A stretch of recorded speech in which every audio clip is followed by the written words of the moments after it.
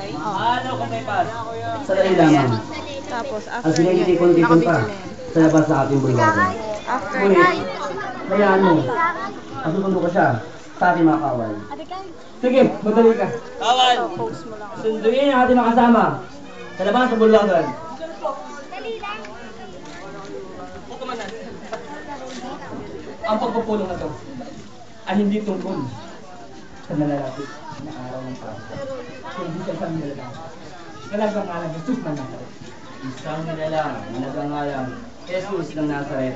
Hayaan mong ihayag natin ito sa kasama natin upang kailang mapag-isipan at upang kailang malaman kung sino at bakit babalakid ang tao yung titukoy. Saan kapangyarihan? Binabilang mataas na hukom sa pamahalaan ng Roma. Sandali lamang. Si Ministro. Alam mo naman, kasi Gobernador Pilato, ang ating din nakakawal. Kung ngayon, kung may pas, hinihilin ko sa iyo. Mula sa oras ito, ay putulin mo ang hidwaan ninyo ni Gobernador Pilato. Kawal! Patuloyin sila sa ating bulwagan.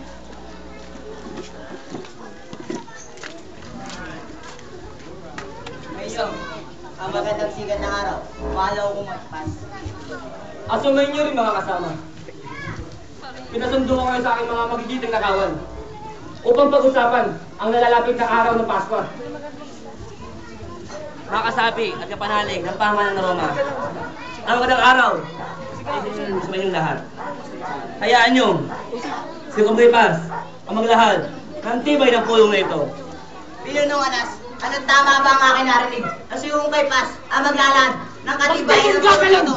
Baka ayaw nakakalimutan na ikaw ay nalaman bilang pinunong ka sa atin at pangatulog si Hungkay Pas. Narinig na ang pahayag ng Kumanas na ako ang yaanin sa kanya. Hindi mo ako matandaan na. Pinagkakalood ko na ang pinakamataas na posisyon sa pamahalaan ng Roma bilang hukom sa aking manugang at kay Paz. Hayaan na natin ang kumpasya kay Hukom Manas. Total, si Kaypas ay nakaluklok, so po ang pinakamataas na hukom. Hukom Manas, yun ang ilad ng tibay ng pulong na ito. Madali.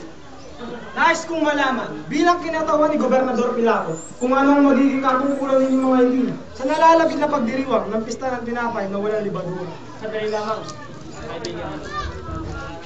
Hindi tungkol sa nalalapit na araw ng Pasko, kundi sa isang nilalang na siyang bumapagakan sa ating binabalak. Isang nilalang na gabi-gabi kong napapanaginipan. Isang nakakasilaw na liwanag. Isang nilalang na hindi ko maalinag ang kanyang itsura. Isang nilalang na sasagabal sa atin.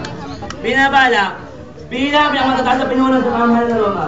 Kung ngayon, ang maharap ka doon, Ministro, Nicodemus, lisanin na aming bulwagan at kayo mag-uusap ng Kumbripas. Sandali lamang. Kaibigan Ministro, pakisabi ka kayo ba ng Pilato na pinuputol ko na ang aming hidwaan. Ang aking pamahalaan ng Diyos.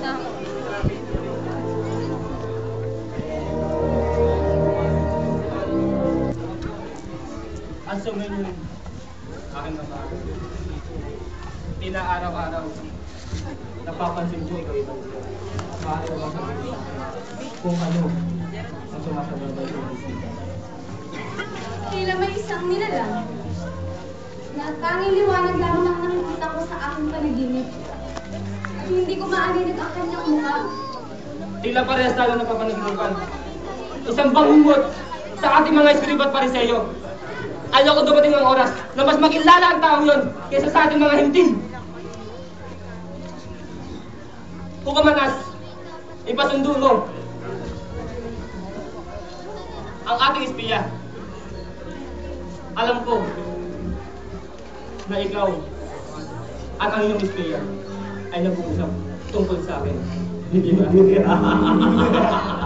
Kung ngayon, ang ating pinakamagiling na espiya ay maglalaan sa inyong harapan kung ano ang kanyang nalalaman tungkol sa taong sumasagapal sa inyong mga panaginip, kamahalang Herodias.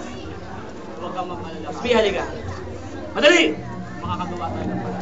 Ikasan mo yung tindig at iyong lahat kung ano ang lahat ang iyong nalalaman tungkol sa taong aming tinutukoy. Sumainyo, ang magandang sikat ng araw, pamahalang kay Paz, pamahalang kay Diaz. At sumayo rin, binibigyan kita ng kapangyarihan upang ilahad mo kung ano nalalaman mo sa taong yan. Yung taong yan, siya ba anak ng Diyos? Sa daw hari? Hari? Sikat. Hari! Si Tiberio Cesar lamang ang ating hari.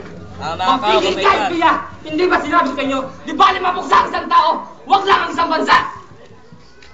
Para ka walang utak! Ilakad mo pa ang lahat ng nalalaman mo.